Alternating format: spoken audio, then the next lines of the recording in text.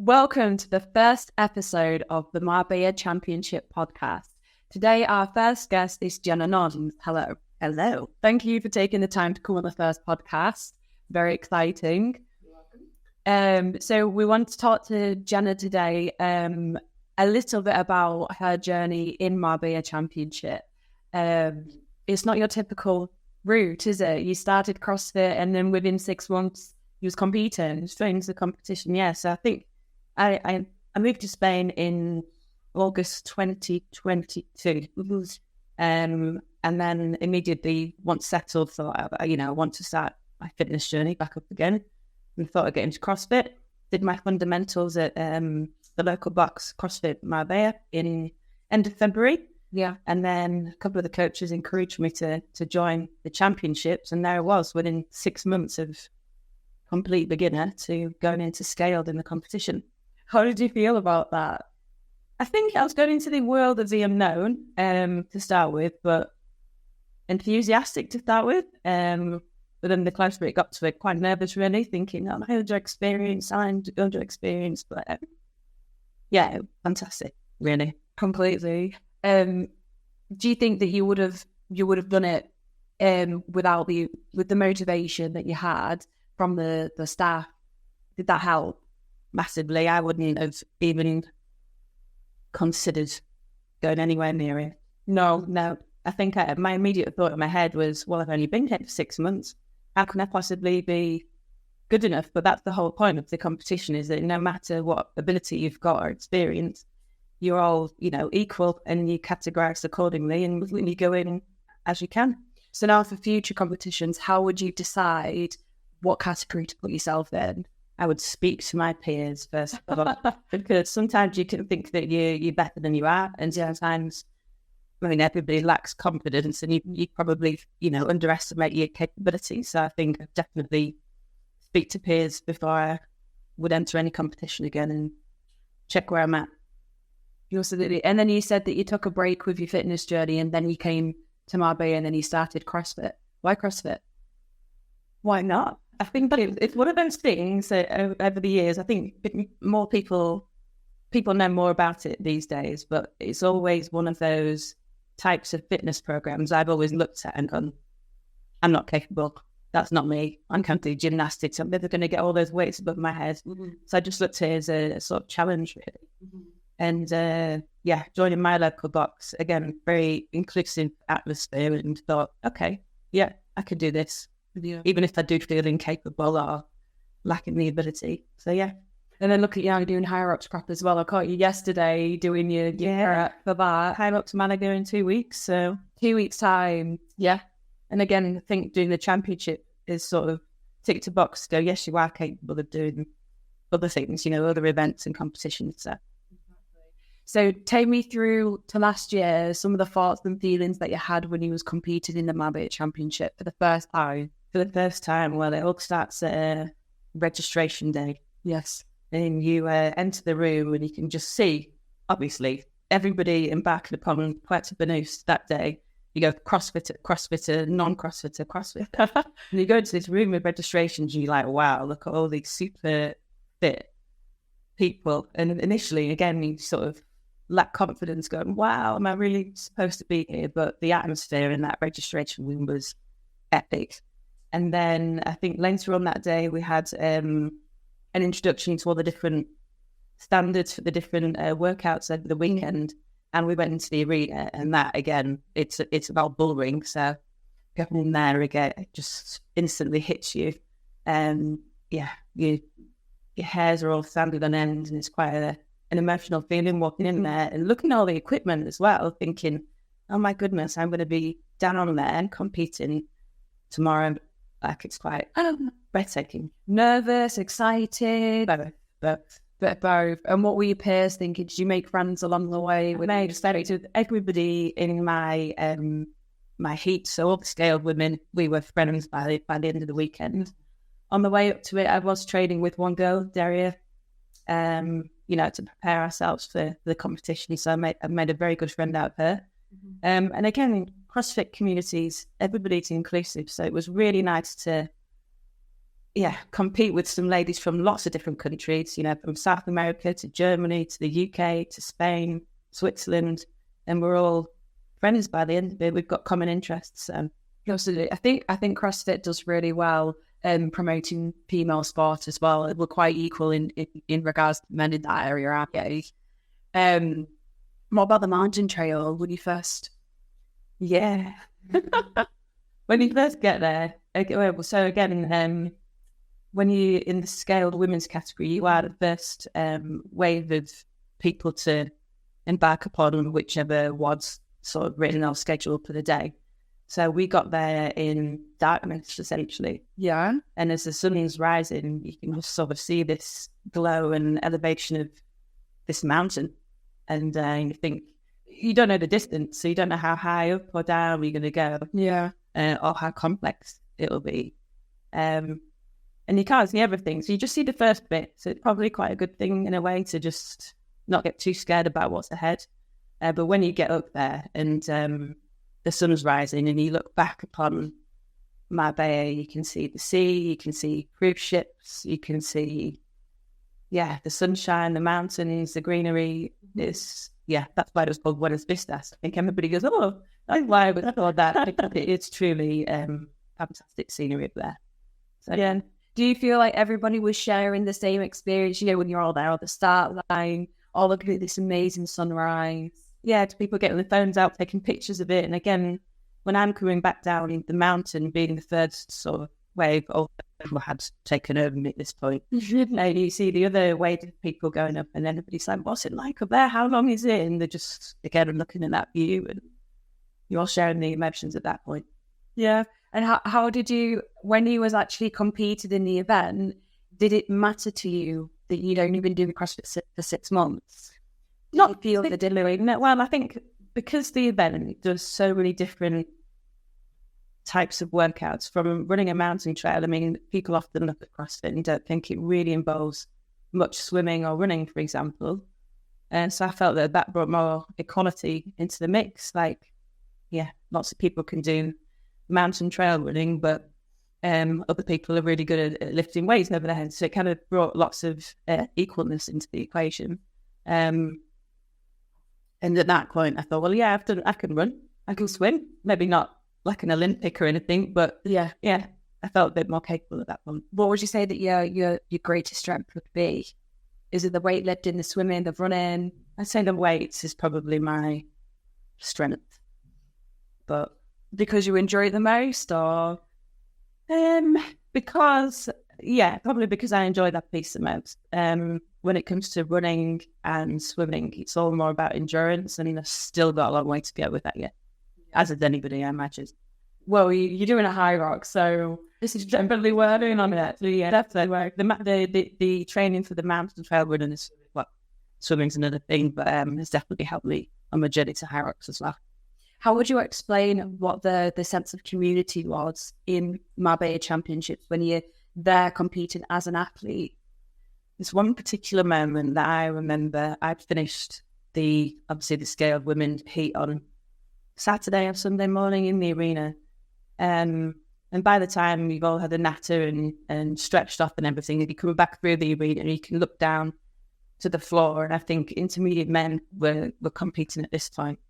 And maybe 11 out of the 12 athletes had already finished their workout. Mm-hmm. And there's one particular guy who was obviously struggling on a particular weight. And then there's 11 other athletes and, the judges that had already finished their judging of their lane all come together in a circle around this guy. And they're like, come on, you can do it. And I think that probably gave him enough adrenaline to get that weight over his head. Really? And the silence sort of in the spectator bit, and you just watching, like, that is exactly what CrossFit's all about, that community. Yeah, I can imagine everyone just watching it. Oh, yeah, good thing we're in that thing. Yeah. So that's been nice to see. Amazing. So we've gone from competing as an athlete to then this year you're going to be on the flip side of the field and you're going to be volunteering. That's it. Well, when you are competing these things, there's a lot of behind the scenes stuff that spectators can't see. And you're waiting around a lot, warming up and stretching and doing all these different things. And if you have your eyes open enough, you can really see what's going on in the background, all the organisation behind it. And feel compelled to give back. So I'm looking forward to volunteering this year. Yeah, I can imagine as an athlete, you've got your tunnel vision on, you're focused on what you're doing, and you're so revved up for to what you're doing, staying in your lane, and you don't really pay much attention to what's going on around you. So being on the flip side of that, being a volunteer this year, completely new experience for you. Exactly. And I think I can take some pieces from having competed into that volunteering aspect. So for example, I don't know, again, competing is all, number one, a tunnel vision is all about me, hydration, fueling, going to the bathroom, having all your stuff with you and finishing that workout and then preparing yourself for the next one. And the audience around you, like, oh, there's a queue for the toilet, and things like that. I'll use the words, or I can't believe how far I have to walk to get to the mountain trail, and I'm like, well, park close or arrive close, and just little things like that. I can take into the volunteering. And the ice cube storing, the ice cubes doing the trail run, because again, scaled women were the first wave on any day or any workout. So with the mountain trail run or the swim, for example, you have to have the local council or town hall ayuntamiento comes along and just checks that everything's safe. Yeah. So it might take them, and we're in Spain at the end of the day, it takes them an extra 10 minutes than you thought. So when you think you're starting at 8 o'clock, you've been to the bathroom, you've hydrated enough, but not too much to get ready for this mountain trail run. And then all of a sudden it's delayed 10 minutes and then it's 20 minutes. And my mouth is like as dry as Gandhi's flip-flop. Give me some water. And I looked over in the distance and could see Sam sorting out ice cubes to get all the water nicely chilled for when we and others would finish the mountain trail run. And I looked at that ice cube like, I need one of those, and that's right now. So about 6 of us out of the 12 that were doing our way, we're all sucking on ice cubes by this point, just trying to not overhydrate, just enough to get going. Was it wet the palate? So. Was it warm in that time of the morning then, or it was still warm enough? Yeah, I mean, we were in vest tops and trousers, some people in shorts and that's, it was warm enough, definitely, even if it was early October. Yeah, I think when nerves kick in, you naturally just get like really thirsty. Yeah, your mouth dries out incredibly, doesn't it? Yeah. Or like, yeah, exactly. Did it work though? It absolutely did. So you didn't need the toilet halfway through your run? No, none of that. So tick the box nicely, got through the run without any extra water, and obviously finished the run and grabbed that nice cool water that was chilling in the ice cubes and downed it. Yeah, you can definitely be telling athletes that. Yeah. So are you looking forward to volunteering then? What are you expecting? I'm expecting to be tired because I know there's going to be, and again, as an athlete, you might only be doing a 10-15 minute workout or a mountain trail run, half an hour, something like that. Yeah. These volunteers, I mean, if my heat was starting at 8 on the mountain, these volunteers could be there from 5 in the morning. Yeah. But, bringing in the portaloos and the water and the gazebo and the seats. And then they've got to clear up after the last heat as well and probably go back the next day and check. And, there's a lot of equipment to get from different areas and people to feed and, It's incredible because it's these kind of things. Like, for example, I didn't think about portaloos. Yeah, on a mountain, you need it. Yeah, exactly. And it's a lot of the effort and organisation that goes into it. So in turn, is it a longer day than the athletes? No, exactly. Well, that's it. But it's also another thing I'm looking forward to is seeing the different, because I only saw scaled athletes really, or listened to them. They were around me all the time. Yeah. And even the men, always just behind us. Obviously, I watched the elites and whatnot, but I'd like to be in the volunteers position and to just see all of them and to see their vibe in different categories and whatnot. And you can also take lessons from them, from the scaled to the elite, the masters. You can take different pieces of information from them. Definitely aiming to learn from the experience. From the experience, well, I think a bit of passion goes into it, and I'd like to see that. In my local box, we've done friendly judging of different ones and whatnot, and you can see some serious, passionate people. Yeah, they get a little bit agitated and angry during the during the workout, Yeah. towards you as a judge, for example, or poor person that's giving out water, they don't mean it. Yeah. But it'd be nice to see, different people's perspectives of certain things. Yeah, absolutely.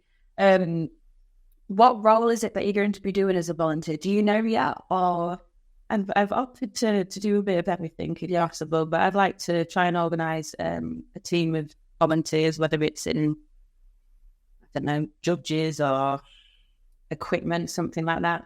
yeah, so potentially team leader. Yeah. Because you're already quite close knit with the Marbella Championship family. Yeah. You know the competition, you know the people here. So, and I like organising. I think, again, from being scaled women, being that first wave every single day, 1 minute of, not being time late and have a huge knock-on effect on the rest of the day. So yeah, I'd like to sort of take that into team leading, organising. yeah, absolutely. So speaking of family that you will make along the way, how do you find competing last year brought you a new friendship group? Well, initially when you compete, you think, I'm going to keep all my tips and tricks to myself. But actually, when you're at that starting line, again, waiting 5 minutes for the town hall to authorise the event to start, nerves or nervousness, then you end up chatting to all your buddies around you about different things, about what you're wearing or where did you get that knee strap from, that kind of thing. And you take a lot of pictures in the background. If you're waiting to go into the arena and roll in a corridor, someone will do a selfie and you'll airdrop it to each other, and then your friends on Instagram. And over time, you sort of keep up that relationship. Like there's one particular girl, Jo, that I keep in touch with now. And I don't know, I post on Instagram something about my skin peeling off my hands when I'm doing toast to bars, attempting them, let's say. And she'll drop me a message advising what grips to use and that kind of thing. So again, because you've got that sort of CrossFit connection, you're actually there to help each other out and to be buddies rather than just to be enclosed and there is a competitor as such. Exactly, without a doubt. And you end up picking up tips and tricks from other people that are maybe more experienced or further into their CrossFit journey. So you don't have to learn those all yourself. Exactly. In a way. Are you still friends with them now? Will they be coming this year? Yeah, I mean, a few of them have mentioned already that they'll come to the area just on holiday and we'll drop into the box and train and say, hey, you around in April? And I'll say, yeah, I am. Give me a call when you're here. So I'm pretty sure I'll probably bump into a couple of them before the next event. Yeah, and they'll come spectate as well, I'm assuming. Yeah, exactly, yeah. See you in your little judge top. I know, yeah. And we'll all be like high-fiving and cuddling and everything before all the events. So it'll be nice to see a few people. So you've got a lot of things to look forward to this year. A completely new role on the other side of the field, as you will. What's the thing that you're looking forward to the most regarding judging? I think seeing new faces, old faces, and just seeing that, other side of it, really, just experiencing that other side and knowing that I've been in that athlete position before and looking at it from a different perspective. Yeah, and completely 6 months is incredible to start to do a competition. Absolutely incredible. What would you say has been your funniest moment of your experience in Marbella Championship? I'd say, the swim at the beach. And at the time, not particularly funny, but looking back, quite hilarious. I think I turned up to the beach at about 7:15. That. It was pitch black. And yes, you see the sunrise and whatnot. Addicting to the sea at one point just to warm up, just to get used to the temperature. I think that was the biggest concern for me, was going to be the shock of the temperature of the water. And then all of a sudden the waves started kicking in. Yeah. And then you're like, oh no, hopefully the town hall's going to say it's not on and we're going to plan B. Because you were scared of the waves were pretty big. I mean, I'd been in the sea during the summer to practice, let's say, the calm water, in clear water as well. And as that sun rose and those waves started just getting bigger and bigger, and I thought, this is going to get cold off. Please call it off. And again, I remember being at that start line and thinking, I'm scared. But by this point, I've already made a couple of buddies, and I thought, I get scared. I'm still surrounded by 11, 12, 13 other women. We're all going to be fine. No one's going to drown at the end of the day. Any front crawl training plan I had in mind went out the bag as soon as I got in the water, and we were all just like doggy paddling through. I remember getting past the Red Bull floaty and coming back round and looking towards the shore, thinking it's not far away now, it's all going to be all right. And the further out you are, the waves don't feel as bad, and you just go with them. And I remember getting towards the shore thinking, you've nearly done it, you're going to be absolutely fine. All you have to do is swim like 2 more strokes, or doggy paddle two strokes forward, and then just lift your legs up and get out. And then you can just hear this massive wave coming from behind me. And also at this point, it's sucking you back in like a magnet. So you go like 5 strokes forward, and then it'll take you 4 back. And it's taken an absolute age to get out. And I remember trying to lift up my leg, and I could just hear, like, I don't know what it sounded like, but this huge wave obviously coming over the top of me. And it felt like it just engulfed me to the point I had lost my swim cap and my goggles. They're well gone to Morocco by now. Yeah. And I might have only been under the water for 15 seconds, but it felt like 2 minutes, and it felt like I was going to die. And finally dragged myself out of the sea. And again, the funniest moment now, looking back at the pictures, and the picture I've got of me finishing in that sea is like, I look like I'm about to cry. I go, I want to go home. So yeah, I would say that. Do we have the picture? I don't have a picture. We need to get it up. If you've got the picture, we need to see it. Yeah, the face of despair is like, you do. Yeah, but anybody that's I don't know. Yeah, we can maybe bring it on to our listeners that are just audio. You need to watch the video to look at it. Is that clear? Is that in the shots out? I'm going to cry. Yeah, I feel the thing. And the worst bit is you're like, oh yeah, I'll just go home. It'll be fine. I'll get over it. Go to the next workout later. But then you've got to slam ball, haven't you? And then you got to do the rest of the workout. I can imagine it. If you get out and then you go straight on to the next workout, it distracts you from what the last bit. You can recover quickly. You can't stand there for 12 minutes on and cry and moan about it. You just like, and yeah. Yeah, it's a good picture. I think everybody will leave the championship with some funny picture. Yeah, CrossFit photos aren't that flattering. You've got chins you're pulling off, and probably 1 in 30 photographs. Yeah, there's a slight chance that you might have a good one in there. Yeah. Well, I think that wraps up our first episode, everybody, of the Marbella Championship. So thank you so much for your time. Thank you. And thanks for coming in. I think for the listeners, this is a really good example of, starting CrossFit and within 6 months being in a competition.